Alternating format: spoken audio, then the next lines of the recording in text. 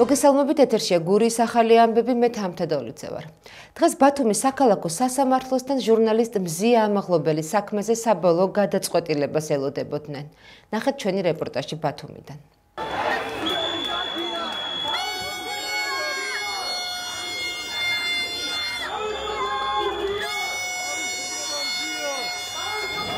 ცოტა ხნის წინ დასრულდა ბათუმელებისა და ნეტგაზეთის დამფუძნებლის ჟურნალისტ მზია ამაღლობელის სასამართლო პროცესი. მიუხედავად იმისა, რომ აქ მყოფ საზოგადოებაში მოლოდინი იყო და დაანონსებული იყო, რომ დღეს გადაწყვეტილება გამოცხადდებოდა მოსამართლის მხრიდან, მოსამართლემ სასამართლოს ხდომა და გადაწყვეტილების გამოცხადება 6 აგვისტოსთვის გადადო. მოსამართლე ნინო სახელაშვილმა დღეს მზია ამაღლობელის დაასკვნითი სიტყვა მოისმინა და გადაწყვეტილების გამოცხადება ისევ გადადო, ამჯერად 2 დღით. დღეს პირველი საათიდან ბათუმის საქალაქო სასამართლოსთან უამრავი ადამიანი იყო შეკრებილი, რომლებიც ჟურნალისტ სოლიდარობას უცხადებდნენ და მის საქმეზე სამართლიან გადაწყვეტილებას, ანუ მზია ამაღლობელის უპირობოდ გათავისუფლებას მოითხოვდნენ.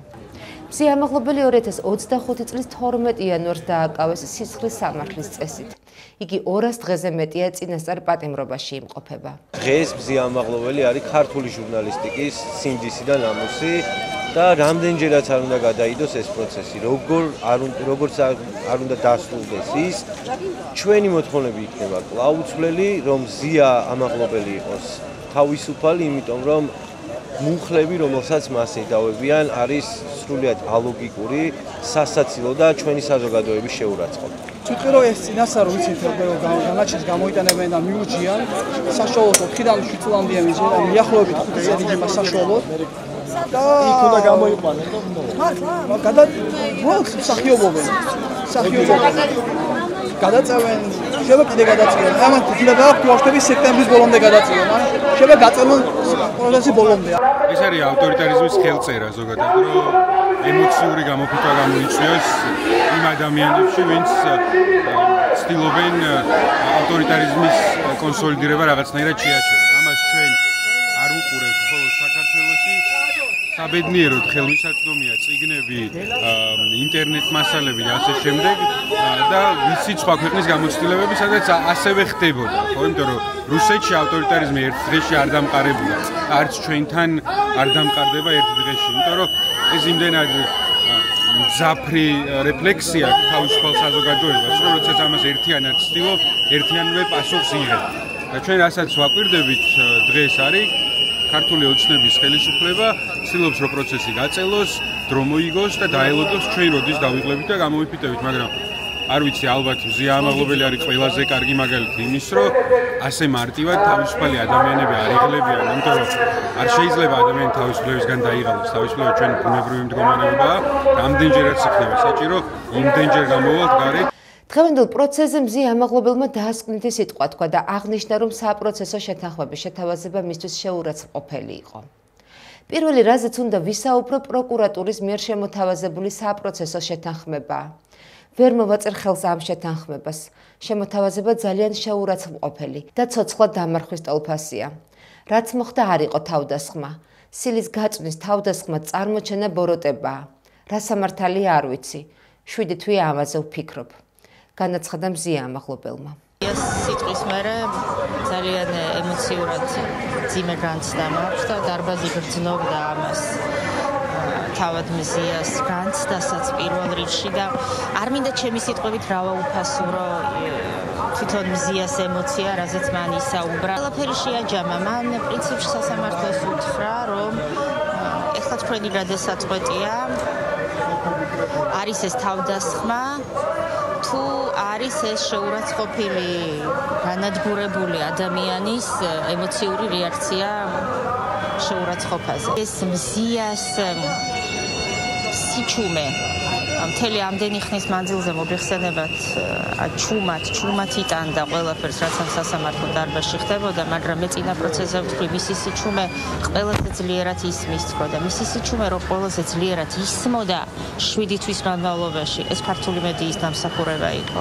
რომ არა ქართული მედია ვერავინ ვერ გაიგებდა რა ხდება ამ სასამართლო დარბაზში, რომ არა ქართული მედია ვერავინ ვერ გაიჯებდა მზიას საქმე როგორი სარკია იმ სიმახინჯეების. სასამართლოსგან ყველანაირი მოლოდინი გვაქვს, ჩვენ ვიცით, რომ ის დამოუკიდებელი არ არის, რა გადაწყვეტილებასაც დაავალებენ, იმ გადაწყვეტილებას მიიღეს. მზიამ აბსოლუტურად ყველაფერზე ისაუბრა, გულწრფელად არ დარჩა არაფერი უთქმელი. თავდასხმა რო არ არის, ეს სამართლებრივად დასაბუთებულია, ორი აზრი სამართლებრივად ამ საკითხში ვერ იარჩევს. დანარჩენი სისტემა რას გადაწყვეტს, როგორც თვითონ თქვა 6-ში ვნახავ. პარლამენტის დროებითმა საგამოძიებო კომისიამ მუშაობა დაასრულა. მომზადებულია 430 გვერდიანი დოკუმენტი, რომელსაც საშემოდგომო სესიაზე წარადგენენ და მისი ზუსტი შინაარსით სწორედ ერთ თვეში გაირკვევა. თუმცა წინასწარ ცნობილია თუ რა აქცენტები კეთდება. დღევანდელ სხდომაზე ხაზგასმით ითქვა, რომ დოკუმენტში აღწერილია ნაციონალური მოძრაობის მმართველობის დროს ადამიანის უფლებების ხელყოფის ფაქტები. 800-მდე ახსნა-განმარტებითი განაცხადის 129 პირის გამოკითხვას ეროვნული და საერთაშორისო სასამართლოების გადაწყვეტილებების საფუძველზე 47 სხდომიდან 1 ხონის 13 სასჯელ აღსრულებით დაწესებულებაში გაიმართა. ცნობილია ისიც, რომ დოკუმენტი ქართულ და ინგლისურ ენებზე დაიბეჭდება. ამ დოკუმენტში თავმოყრილია ყველა ის ფაქტი და ქმედება, რომელსაც ჩადიოდა ნაციონალური მოძრაობა მიხეილ სააკაშვილი და მათთან დაკავშირებული პირები 2003 წლის ნოემბრიდან დღევანდელი დღის ჩათვლით. მოცემული დოკუმენტი ასევე იმედი მაქვს გამოადგება შესაბამის საგამოძიებო ორგანოებსაც სხვადასხვა მიმართულებით დამატებითი ინფორმაციის მოსაძიებლად და ასევე შესაბამის სასამართლოებს თუ რატომაც არა არასამთავრობო ორგანიზაციებს, რომლებიც მოწოდებულნი არიან იმისთვის, რომ ნამდვილი ანალიზი აწარმოონ და შევადგინეთ რამდენიმე თავარი სტრუქტურა მინდა რომ საზოგადოებას გავაცნო. თავი, რომელიც ეძღვნება სასჯელ აღსრულებაში წამებასა და არა ადამიანურ მოპყრობას, ფაქტებზე დაფუძნებით არის წარმოდგენილი ყველა მასალა. თავი, რომელიც ეძღვნება მკვლელობებსა და ძალადობას ჩადენილ სახელმწიფოს წარმომადგენლების მიერ. თავი, რომელიც ეძღვნება ქონებრივი უფლებების დარღვევასა და ბიზნესის რეკეტს.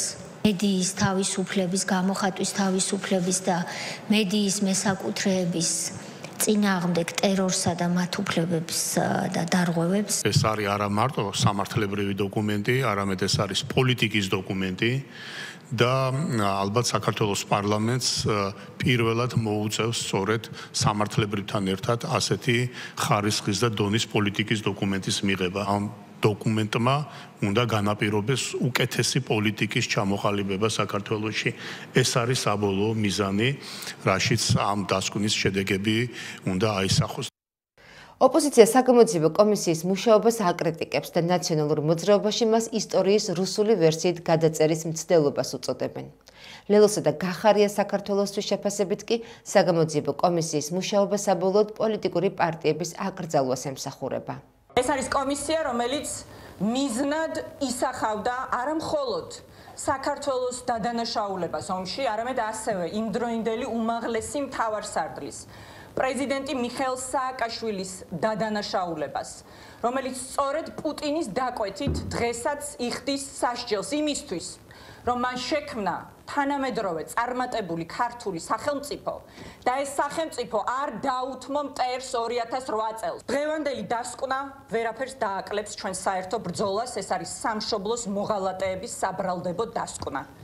სამშობლოს მოღალატეების განაჩენი, რომელთა მოღალატეობრივ მმართველობას აუცილებლად დაამხობს ქართველი ხალხი. ამ კომისიას არ აქვს არანაირი ლეგიტიმაცია, არა მხოლოდ იმიტომ, რომ ეს პარლამენტი, რომელიც დღეს აცხადებს საკუთარ თავს საქართველოს პარლამენტად არა ლეგიტიმური, არამედ იმიტომაც, რომ კომისია არის შექმნილი კონსტიტუციის და რეგლამენტის ყველა წესის დარღვევით.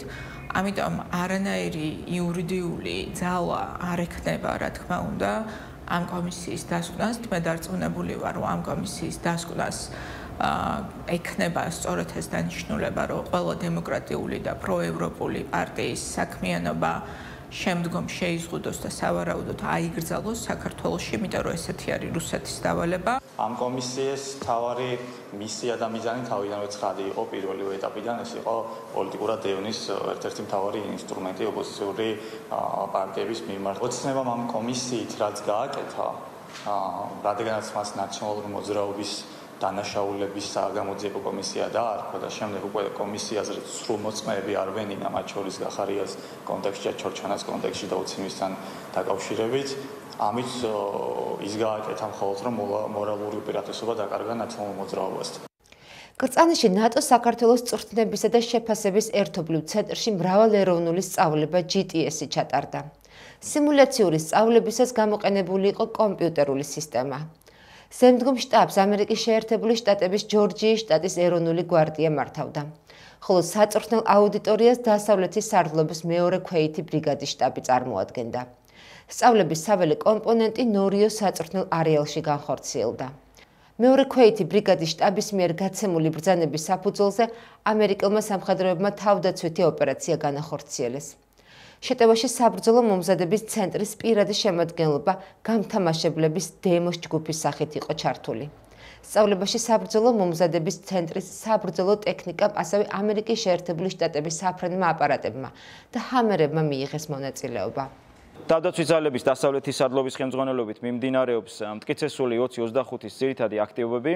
სწავლება მიმდინარეობს წვენებისა და სამხედრო განათლების სარდლობის სხვადასხვა დაქვემდებარებული ქვედანაყოფების ლოკაციებზე. სწავლებაში გვაქვს ორი ძირითადი კომპონენტი. სწავლების განმავლობაში ჩამობრძანებულები არიან ევროპაში მყოფი მე-7 არმიის საწვრთნელი სარდლობის წარმომადგენლები, რომლებიც ახორციელებენ JTEC-ის შესაძლებლობების დაკვირვებას და საბრძოლო მომზადების ცენტრის შესაძლებლობებს. ჩვენს დაქვემდებარებაში არის მოპასუხე ელემენტები, რომლებიც არიან ქართული ქვედანაყოფები და ასევე ამერიკული 1-91 ბატალიონი, რომელიც არის live კომპონენტი, რომელიც ახორციელებს ოპერაციებს და ექვემდებარება ბრიგადის შტაბს, ახორციელებს ოპერაციებს ნორიოს მიმდებარე ტერიტორიაზე, დემო ჯგუფის წინააღმდეგ. ბრიგადის ამოცანა არის როგორც თავდაცვითი ოპერაციები და ასევე კონტრშეტევა, რათა განდევნოს მოწინააღმდეგე ბრიგადის ოპერაციის რაიონიდან. Very happy to be here in Georgia. First of all, Georgia is it's a beautiful country. The people here are very friendly, and we have experienced great partnership, great friendship with the Georgian soldiers that we've been training alongside. We have a long-time security partnership going back quite a few years. We've been training together. We have been fighting together in Iraq and Afghanistan. So Georgia is a very valued and very trusted security partner for the United States. And what exercises like these do, they reinforce that friendship and they reinforce that partnership. They also help us get better at working together. We share lessons, we share training methods and techniques, we share tactics. We learn from each other. დღეისათვის ეს იყო მე მომავალ შეხვედრამდე გემშვიდობებით, კარგად ბრძანდებათ.